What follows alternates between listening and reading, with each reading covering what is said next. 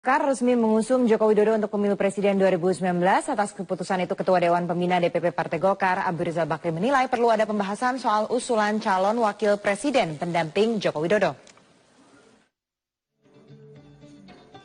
Selain mematangkan strategi menghadapi Pilkada serentak 2018, rapat pimpinan nasional juga memunculkan perlunya mengkaji calon wakil presiden pada pemilu 2019. Bagi Golkar, wacana itu menjadi penting menyusul keputusan partai berlambang pohon beringin itu yang telah memilih Joko Widodo untuk dapat maju kembali dalam Pilpres 2019. Kan wajar saja bahwa sebuah partai ingin mengusulkan capres atau cawapres. Dalam hal ini capres kita sudah usulkan Pak Joko Widodo. Tentu nanti Golkar juga ingin mengusulkan. Gitu. Mengusulkan siapa ya kita nggak tahu. Tentu yang harus cocok dengan Pak Joko Widodo, begitu. Kriterianya apa, Pak?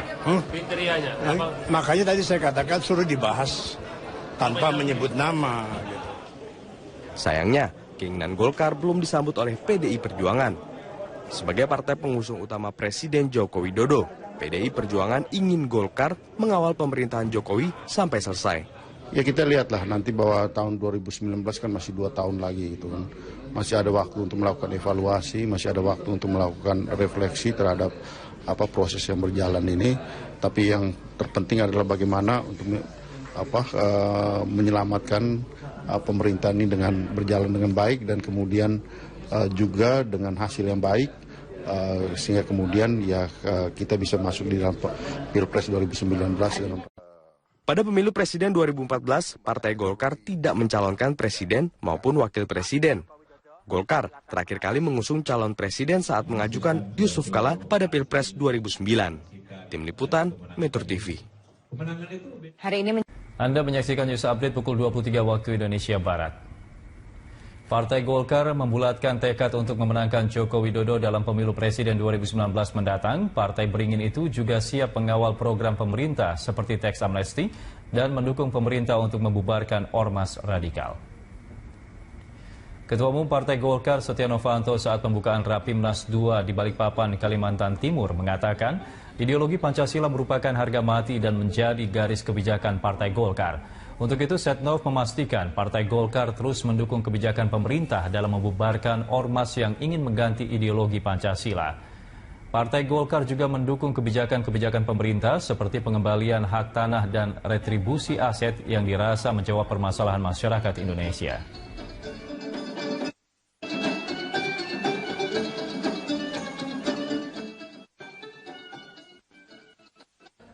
Komitmen itu pula saudara-saudara yang mendasari perjuangan Partai Golkar untuk meraih kemenangan pada Pileg dan Pilpres di 2019.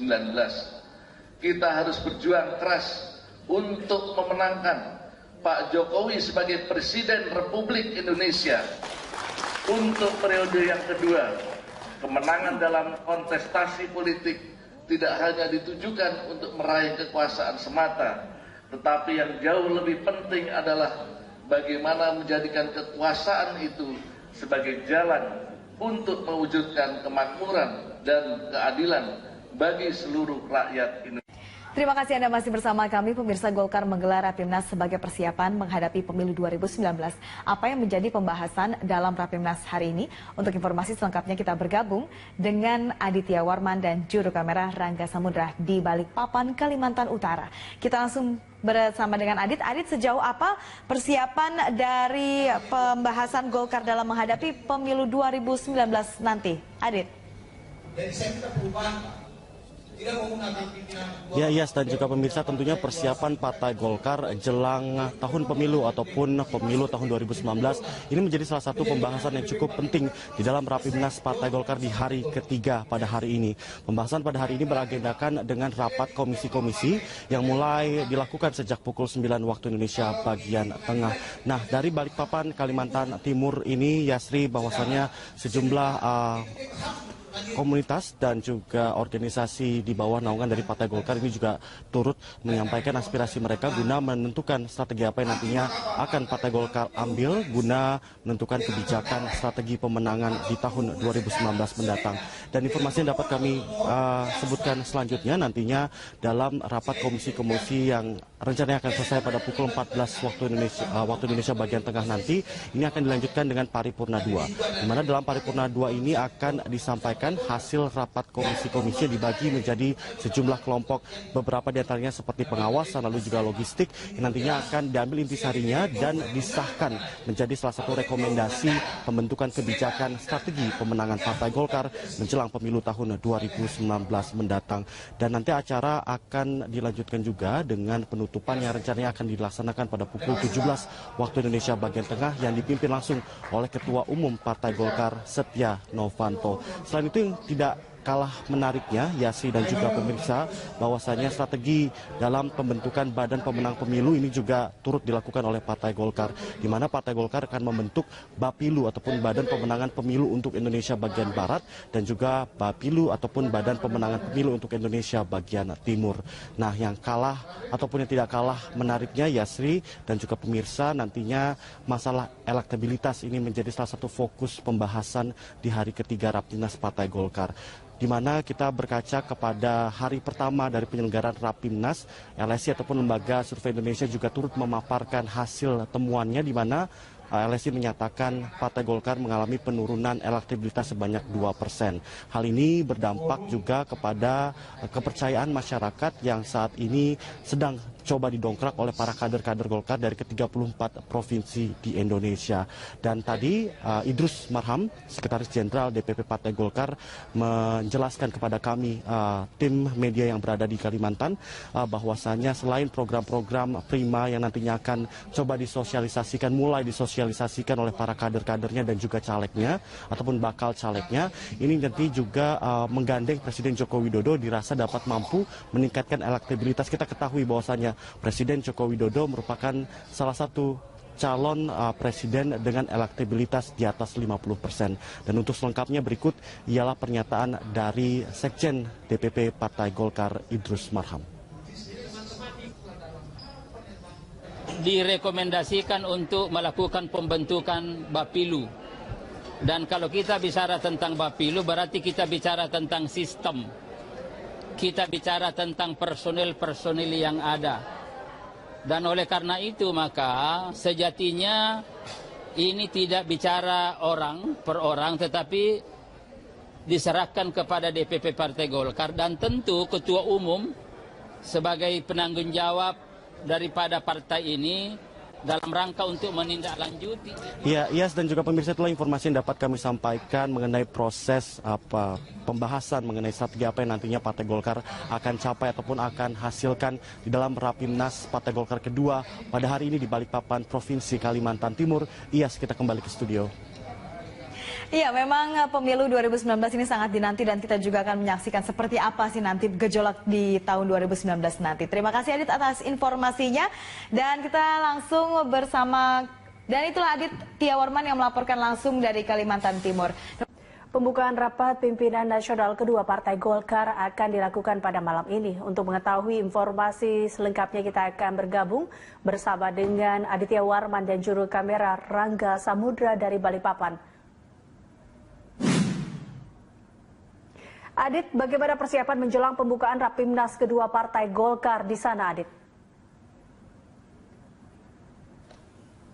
Eliza dan juga pemirsa, persiapan dari pembukaan rapat pimpinan nasional Partai Golkar ataupun Rapimnas Partai Golkar tahun 2017 di Balikpapan, Kalimantan Timur ini memang masih terus berjalan. Panitia penyelenggara sampai saat ini masih terus menyiapkan mulai dari penataan sound, manajemen sound hingga penataan panggung yang nantinya akan digunakan oleh acara pembukaan yang akan dihadiri oleh sejumlah petinggi dari Partai Golkar. Kami dapat menginformasikan Eliza Hasan dan juga pemirsa, selain Ketua Umum Setia Novanto, kami mendapat informasi Menko Polhukam Wiranto dan juga Dewan Pembina Partai Golkar Abu Rizal Bakri dikabarkan akan memberikan arahan dan juga membuka dari pembukaan Rapimnas tahun 2017 di Hotel Novotel Balikpapan, Kalimantan Timur ini. Dan kami dapat informasikan nantinya para tokoh tersebut akan menyampaikan arahan dan juga membuka acara Rapimnas tahun 2017 ini dengan tema yang cukup menarik. Selain menyiapkan konsolidasi internal Partai Golkar, ini juga akan mempersiapkan dan membahas sejumlah isu terkini yang sedang dihadapi oleh bangsa Indonesia. Eliza Hasan, selain itu informasi yang dapat kami sampaikan, walaupun acara pembukaan nantinya akan dimulai pukul 19 waktu Indonesia bagian tengah, acara nanti akan dilanjutkan dengan paripurna dengan agenda maksud kami mendengarkan saran dan juga nasihat dari Dewan Kehormatan, Dewan Pakar, dan diakhiri oleh mendengarkan laporan dari perwakilan daerah ke-34 provinsi di Indonesia. Eliza. Adit, lalu apa tujuan dari konsolidasi internal Partai Golkar untuk menghadapi Pilkada 2018 mendatang, Adit? Eliza dan juga pemirsa, tentunya konsolidasi Partai Golkar ini merupakan salah satu agenda terpenting di dalam Rapimnas tahun 2017. Ini ada dua topik yang tentunya dapat kami jelaskan di sini. Yang pertama ialah nantinya Partai Golkar di dalam Rapimnas ini akan mengevaluasi 1 tahun masa kinerja ataupun kinerja Ketua Umum, yaitu Setia Novanto. Yang kedua ialah mengevaluasi hasil Pilkada tahun 2017 yang digunakan nanti untuk menentukan strategi selanjutnya guna menghadapi tahun politik tahun 2018 dan juga tahun 2019. Yang pertama, evaluasi Ketua Umum ataupun kinerja Ketua Umum Partai Golkar Setia Novanto ini dirasa cukup penting karena memang selain mendengarkan pendapat dari ke-34 provinsi, nantinya para pimpinan daerah ini juga akan menyampaikan aspirasi mereka terkait masalah elektabilitas Partai Golkar yang dikabarkan menurun akibat Pilkada tahun 2018, maksud kami 2017 yang lalu. Terlebih lagi kekalahan di DKI Jakarta ini cukup mempengaruhi suara khususnya di ibu kota DKI Jakarta dan juga di sejumlah daerah di Pulau Jawa. Yang kedua, mengenai penetapan strategi ataupun penetapan strategi untuk menghadapi tahun politik di mana pada tahun 2017 ini Partai Golkar menyentuh persentase kemenangan 58%. Ini cukup penting, Eliza Hasan, di mana 58% dianggap cukup tinggi di tahun 2017 ini. Namun target yang dikeluarkan oleh Ketua Umum Setia Novanto di atas 60% ini harus digenjot, dan juga ini perlunya konsolidasi tidak hanya di DKI Jakarta, tidak hanya di pimpinan pusat, namun juga di ke-34 provinsi, di mana tahun 2018 mendatang Partai Golkar 60% menargetkan menang pilkada. Tahun 2019 mendatang 30% Partai Golkar menargetkan menang di pemilihan legislatif dan juga menang untuk pemilihan presiden tahun 2019 mendatang. Nah, tahun 2019 ini Partai Golkar yang sudah menentukan pilihannya akan mengusung Joko Widodo. Ini akan menjadi salah satu pertarungan yang juga sangat penting di ibu kota DKI Jakarta dan juga di seluruh Indonesia, dan juga ini akan mengembalikan nama baik Partai Golkar sebagai salah satu partai yang berpengaruh di Republik Indonesia. Eliza Hasan. Baik, terima kasih Adit atas laporan Anda. Aditya Warman dan juru kamera Rangga Samudra melaporkan langsung dari Rapimnas Partai Golkar di Balikpapan, Kalimantan Timur.